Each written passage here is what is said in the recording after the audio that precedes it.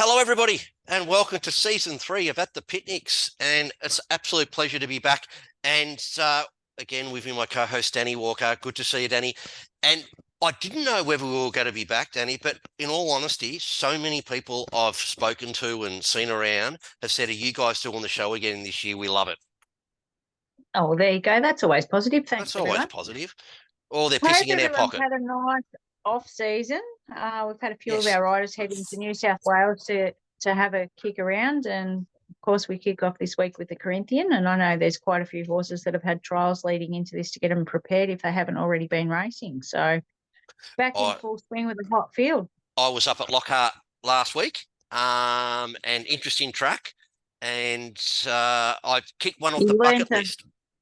I've kicked you've one off. learned a whole new level of firm tracks, I believe, It was going to New South Wales. I've never heard horses run on something like that when they went past. It was like concrete. It was a firm one, and I can tick two things on my bucket list. I've been to Lockhart, and I've been and seen races live in New South Wales. So I've actually seen horses come the other way.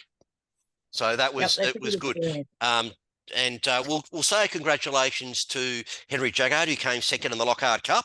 So good on him, and well done to Tyson Barton and Sean Cooper, who doubled up for I can never say that horse's name. You know it, Danny, who won up there. And, yeah, that's the one. And that was a good win. Formerly trained by Monica Kidd. So now probably Tyson won't mind me saying this, that he's really struggling to ride again. He's about 8 kilos over. He put on a bit of meat to play footy. And let me say, congratulations for him and his team. They did. got the grand final, so it was definitely worth it for them this season. Won the granny. Well done, Tyson. He's looking meaty, if I can say that. I had to look twice and go, because he's quite tall and slim. You can see Yeah. he's put the muscle on, so he's battling a little bit with his weight. So luckily for Tyson, he's got his trainer's license. So good luck to him. So Absolutely, it was great to see him go up there and get the reward for the effort. So yeah, good really on good him. to see. Funny to see Sean come off. I think that was race 2, and Sean was absolutely buggered. Sean looked like he's carrying a little bit of puppy fat over the off season, and he was buggered. He was huffing and puffing for a good 10 minutes after the race. So he'll be right for tomorrow, though. Yeah. So there's nothing quite like match fitness when it gets to race riding, and the first couple of meetings back are always good to blow the cobwebs out for everybody. I know I've only been back riding track work a couple of months, and after shoulder surgery, obviously, and yeah, the first couple of days it was a bit ginger, let me tell you. The body wasn't very impressed with my antics. Because, and all the jockeys know, for us jockeys that don't know, it's really hard work, isn't it? Really ride a horse out in those last few hundred meters, especially if it's close. You've just got to keep thrashing away. People think that you just sit there and ride on the horse. There's a whole lot of other mechanics that we won't get into tonight, but also a big welcome back to Lee Taylor and Razor Douglas after having shocking falls and injuries last season. They are both back and ready to fire. Good on them. Big welcome back to the boys. Both not riding tomorrow night though, but they are back for the season. Of course, yes, they are. Razor's riding tomorrow night. Well, according to this, he's not. Well, according to my printout, he's riding Derugal Diamond. He is now. He originally wasn't on it, so I'll apologise. He originally wasn't on it. Somebody else was on it. Lee Taylor's down on the first emergency. Yes, he is. So yeah, so we've pretty much got everybody back in full swing. Fantastic. So shall we get into this rather than what? We will. So we will. We'll go through the field first, and then of course I was contacted by Ben Spurl today. He's a legend, Ben, and said, "I heard you doing the show. I want me to send you through my tips on a write-up, which I'll read out later. So good on you, Ben." So number 1 has got the grandstand on its back. Kalina, 72.5 kilos. Sean Cooper, Don Dwyer, still $5 favourite, Danny. Yep, drawn barrier 5. She's had 5 cracks over the distance for 2 wins and a second, I think.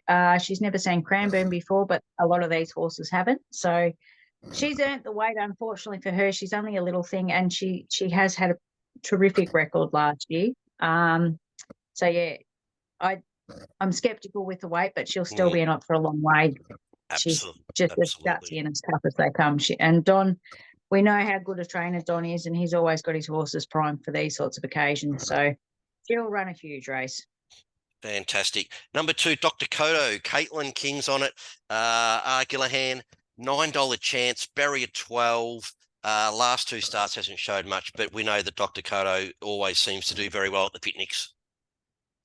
Doc Poto also does not like any ground with any shift in it at all. He, I remember last season he got a warning at Healesville when it was quite wet, and he came out the following week on a rock hard track and won. If I remember rightly, he just needs it dry and a firm surface. He's another one. He's carrying a truckload of weight. He's got 71 kilos. He's a stunning little horse to look at. He will look amazing on the night. He has had 11 tries at the distance for just the one win. But I'm sure he'll have a crack and do his best. So with him, Kalina and Hawkstone, I'm sure there'll be a bit of pace in the race going forward. Number 3, Copthorne. Jack Vigona, Cahill, 14-1, resuming. Pretty well the betting shows what people think, but I think it's got a slight little chance. Look, I don't think the betting really genuinely shows how much of a chance this horse really has. He's won from 900 to 1350, so the 1200 is smack bang in his ballpark. He hasn't been beaten overly far at the pros. He ran 5 of 9 at Moe, was beaten 2.85. He's got form on all sort of tracks. He prefers it good, has got a couple of wins on a soft. We don't have to worry about that for tomorrow. But, that distance range is right smack bang in his sweet spot. So I really think he's one that's flying under the radar with the betting. I reckon he could run a pretty sneaky race, especially if he's had a couple of jump outs like a few of them have. Yeah, he's definitely thereabouts. Number 4, Street Swagger, Grant Second, Troy Kilgour, 69 kilos, 9-1. First up, but we know does like it a little bit wet. So again, in the betting, like a lot of the others. Yeah, look, and his first up record's 5 for a win and a second. He's another one. He's had 8 tries at the distance for 4 wins, so it's really in his sort of sweet spot as well. He also likes a little bit of juice out of the track, but running at these professional meetings, or these professional tracks, there's always a little bit more softness in them than what the picnic tracks have, because they've got coarse irrigation and those sorts of things as well. So he's the dark horse. Him and the 3, I don't know that the betting will necessarily reflect their chances, honestly, but I really think that they've got a really good chance. I agree. Hawkstone, Sophie Clayfield, Neville Orlich, again, another one first up, Barrier 10, 19-1. Yeah, look, you got saying earlier, you think because it's got a bit of speed, is a bit of a chance here. He early doors used to jump and run, and that was all that he used to do. But as he's got older and matured a bit, they have been able to take a sit on him, and they have stretched him out over a bit further. I know he's had a couple of jump outs leading into this, and Sophie and this horse have a ripping bond and relationship. They get along like a house on fire, and he's actually got 3 wins over the 1200 as well. So if there's a bit more speed in it than what he wants, he'll just camp off them, and he can run a pretty cheeky race. The barrier, sorry, my alarm's going off. He's drawn barrier 10, and that won't be a worry for him either. He prefers to sort of be out the way of the other horses. So he's another very interesting runner. That's certainly not without a chance. Number 6, a tilt. Now, I spoke to Henry last week up at New South Wales. He's moved up there for a bit of change of scenery. Good to see he's come down to running this. He's on a tilt, 67 kilos, another one from Troy Kilgour. In the betting again, $9.50 first up. I think you could throw a blanket over a few of these at the moment.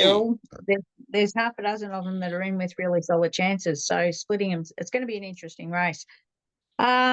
His distances, he's won 13, 14 and 14.50. But he's got some pretty nice form there as well. He's going to be an interesting runner to see how he goes. He'll be probably finding the line pretty solidly at the end of it. And I think he's going to be one that'll be finishing off. If there's a lot of pace on, he could get over the top of them.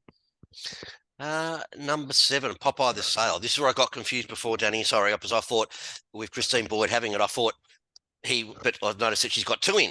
So Benny Moffat, who was also up at Lockhart last week. Great to see a whole lot of Victorians up there.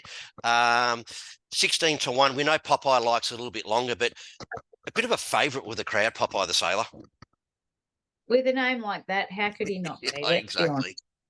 So, look, he'll be there. He'll be finishing off. He'll be finishing hard, but the shortest that he's ever won over is 1400. So yeah, probably looking to the others for tomorrow night over the shorter trip. But once he gets out over a trip during the season, he'll be picking up the pieces and he'll be thereabouts. He always is. Christine and Razor do a great job with their horses, and they do, and they're always worthwhile following. Number 8, Jenny of Avalon, Dylan Dean, Paul Worthington, 66.5 kilos. Another one that's first up, Barrier 1, big chance.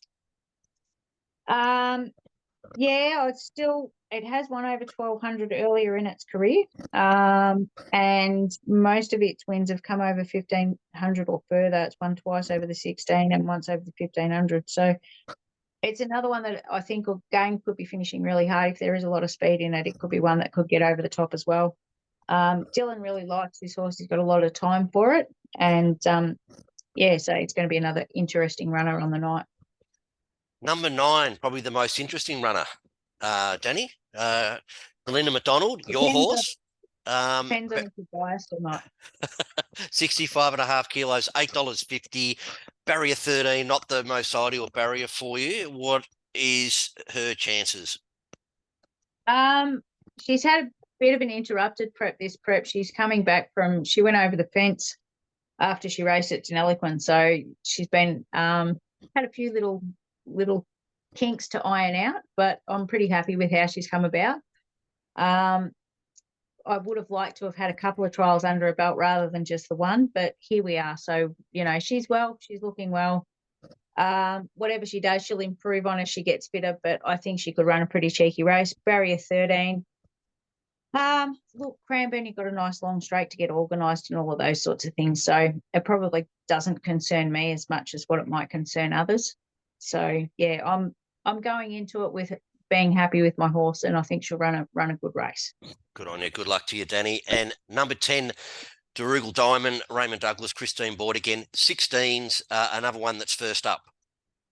Yep. Barrier 2 had 9 tries at the distance for a couple of wins, so definitely can get the shorter trip, and has also won over 1,000. So getting in with the lighter end of the weights for this race, I think it could be thereabouts. It can run some pretty slashing races, and as I said, the 1200, it beats Like a Rock and Rely on Bella at Balnarring earlier in the year. So it's certainly not without a chance. So good luck to anyone having a punt, because I can't really steer you in one direction or the other. I know this is just tough. Flip a coin, I think, of a few. Did we want to go through the emergencies quickly in case they get a run? We'll go. We'll go Mr. Zigman. 15s. We know Mr. Zigman's definitely looking for longer, but geez, he had a great campaign last time in at the Picnic Sydney. Already had a run so far. Great to see him have such a great prep, and he actually went on. He ran 3rd at Cranbourne with Amy Herman, and wasn't beaten far with Sally at Kyneton and that as well. So he really followed on from his prep at the picnics over those longer trips and ran some really, really good races. Shahin, of course, Sophie had a fantastic association with him last year. He's won from 1,000 through to 2,000, so he can definitely cover all distances. And of course, that's David Noonan's horse. Epsom Magic. It's another one. If it had got a run, it's strike rate. It's placed and won over the shorter trip, so it would have been another interesting runner, and Smart Charge as well. So even if any of the emergencies did happen to get in tomorrow night, you can make a case for pretty much every single horse in this race this time. It's great to see the quality and the evenness of all of the runners in this. It's really, really good. And the interesting thing is Epsom Magic for an emergency is $8. So you would think if it actually does get a run, it'll probably get a run favourite because people will jump on it. So, absolutely. Now, I'll go through Benny Spall's tips in a minute. And I contacted Fran and said, well, we're going to do the show again. She just loved it. She jumped on board and said, happy to sponsor it again. So thank you, Fran and Peter from Pitney Bet. You guys are awesome. I haven't got the sign up, but I'll have it up next week. So I'll read out something shortly in regards to them. And of course, we've got Yay next week, Danny. So the proper picnic, usually we're at Alexandra, I remember, for the first meeting, but they've changed it. Is that correct? They have. They've changed the card and they've tried to bring in a couple of extra meetings. So we've got Yay to kick off. Hopefully, weather permitting has always been Alexander's problem. They've been scheduled in to kick off the season for umpteen amounts of years, and have been really unfortunate with Mother Nature. They've probably only got 2 off in about the last 5 years. I can't tell you the amount of times that it's bucketed down and we're driving to Alex making bets on whether we'll be turning around and coming home. So let's hope that doesn't kick off this year and we don't have that same problem. Congratulations to Yay for securing another meeting. Good luck with that. And obviously good luck to everybody who's looking at participating. And for anyone that wants to have a look at the picnic races and get on board, just punch into Country Racing or punch into the Facebook page for our picnic racing and you can have a look at the dates. Yeah, they're all posted through there for the season. And come and meet some wonderful people. And got to say, Druin, they're down for Boxing Day. They have sorted out their differences with the golf club, and I believe there's been a path built now where the problem's always been. So they're very confident they're going to have a meeting this year. Oh, that'd be wonderful to welcome back aboard. It feels like it's been forever since we've been there on Boxing Day. I must say I've enjoyed my Christmas days drinking and eating whatever the hell I want. So that'd be interesting for a recycle of the year, won't it? Do you think, Danny, on Boxing Day, if it's on, that they should put the weights up 3 kilos on each horse? Don't know. I'm not sure that the lighter weight riders would necessarily agree with that because that's normally our way of getting even. So, we'll see. We'll see how that one goes over. I'm not sure that you'll get away with that, but anyway, It's nice to go. We can only ask. Well, that's it, exactly.